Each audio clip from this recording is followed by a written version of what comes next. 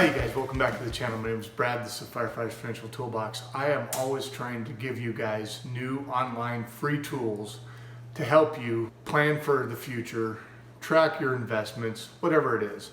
And this is a new website that I found, and I have to give credit where credit is due.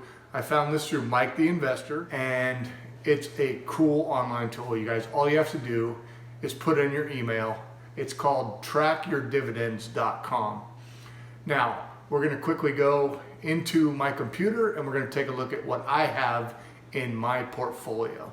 All right, you guys, here we are in the trackyourdividends.com login page. I'm going to put in my email here. Now, when you do sign up, you have to put in your email and you make a password. Once you do that, we log in. Now, I've already entered all my information. So as you can see, you've got some advertisements, and that's probably how the way they pay for their thing, but that's fine. So the nice thing is it can show your total portfolio value, your average dividend yield, your particular yield on cost, as well as the amount of money it's going to put off in dividend income annually. So if we take a look here, you can see here that I have AbbVie, Archer Daniels Midland, ADP, AGNC. Now I do have a total of, and you see now it's gone, but it did update. Some of the cool things you have on here as well is if we look at my diversification, it shows that I'm invested in 10 different sectors. I have 28 stocks, that's counting all, and it shows my highest weighted is my ETFs, you guys. So because I have ETFs, those become bigger sections of it, and they count that as a separate sector, which is a little unique, but it also shows each individual slice. Utilities is my smallest at 1.19%. I have consumer cyclical at about 4.84%. Energy makes up about 5.61%. Industrials at 5.8%. Financials at 6.76%. Communications at 8.63%. Real estate makes 8.84%. Consumer defensive is 18.21%. And healthcare looks like my biggest individual sector at about 19.18%. As you can see, ETFs, because it doesn't know how to classify a single ETF, it shows it as its own sector. If we took those out, it would look a little bit different.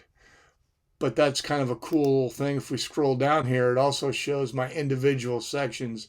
Again, you see VIG, and I would imagine VYM. Okay, yeah, so those two together are my two biggest ETFs. But then it shows each individual stock and what it makes up in the portfolio as well, which is pretty cool. Again, you see all the advertisements. That's the way they pay for it. But for a free tool, I'm willing to put up with that. I can look into my upcoming dividends, which is pretty neat. It's going to show the amount of the dividend, whether or not it's been confirmed. Now, this does show the annual dividend, you guys. So for like a monthly payer like AGNC, it's going to have the next dividend, the dividend date, and it shows whether it's confirmed or non-confirmed, which is kind of neat. So I can kind of scroll through here, and it goes ahead and shows each of the dividends, and then it repeats itself for the next cycle. So pretty neat little tool there. If I look at my future value, I really kind of like this. So I can choose, and it shows me that my 5-year dividend CAGR is about 5.6%. It shows my current average dividend yield at 3.15. It shows my starting annual payment and what it would look like in about 10 years, it looks like on this one. So if we click on the 5-year, you get a little bar graph that shows how it grows. So here we're at a portfolio value of about $36,427. And after 5 years, it would, and I assume this is just reinvesting the dividends and not adding to it, I would have a value of $41,754. The cool thing is you can change that to 10 years and it'll show you the 10-year growth, but you can always even go as far as 25 years. So looking at that, from $36,427, with just reinvesting my dividends in 25 years, you guys, that could grow to $95,400. And obviously we're buy and hold investors, so we would be buying through that. That's going to update as it goes along, which is pretty cool. And as I add to these and the dividends change, of course, then it's going to change what I have. Also has a little dividend payments thing, which doesn't have any data yet because I just opened the account 2 days ago, so obviously it can't. It does have some stock analysis tools as well.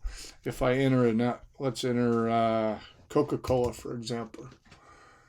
And it looks like the dividend safety scores here. Payout ratio is very, very good. Consecutive dividend growth history, very good history. It doesn't go into specifics, but it gives you a little bit of an analysis that you can kind of look at. Dividend yield is good.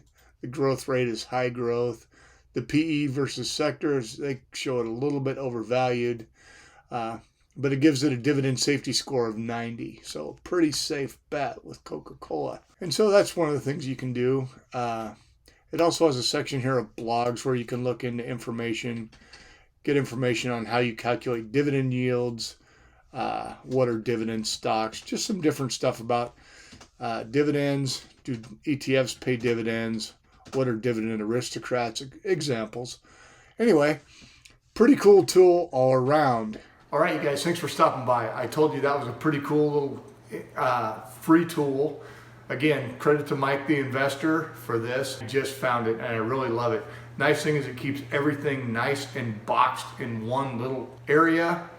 Simple tool, takes a few minutes to upload your stuff, but once you do, it's all there for you. All right, hope you got something out of this. If you did, you guys, give me a like. Really helps the algorithm. If you're not already subscribed, you know the deal. Hit the red button. Subscribe to the channel, ring the bell, you'll get notified every time I make a new video. All right, thanks a lot. We'll see you.